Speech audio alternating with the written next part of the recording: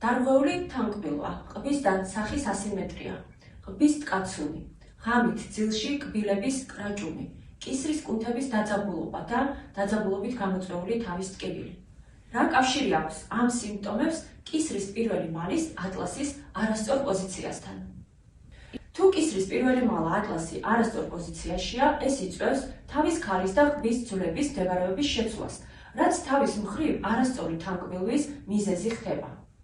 და პირიქით, როდესაც ცდილობენ თანკბილვის გასწორებას სხვადასხვა მეთოდებით, ზოგჯერ ყბის აპარატზე გადაჭარბებული ზეწოლით გამოწვეულმა კისრის კუნთების ძლიერმა დაძაბულობამ შეიძლება გამოიწვიოს კისრის პირველი მალის ატლასის ადგილმდებარეობის შეცვლა. ხშირად სტომატოლოგთან ვიზიტის შემდეგ პაციენტს ეწყება კისრის კუნთების ძლიერი დაძაბულობა და დაძაბულობით გამოწვეული თავის ტკივილი.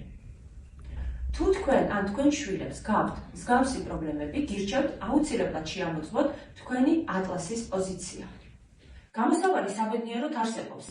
ატლას პროფილაქს პროცედურის საშუალებით შესაძლებელია პირველი მალის სწორ პოზიციაში დაბრუნება მხოლოდ ერთი პროცედურის მეშვეობით.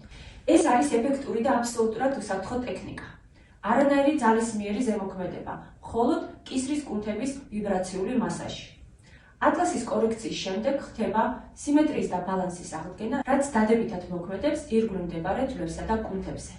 მე ვარ ია გორგილაძე, ექიმი, ფიზიოთერაპევტი. მე და ჩემი კოლეგები დავეხმარეთ ათასობით პაციენტს მსგავსი პრობლემების მოგვარებაში.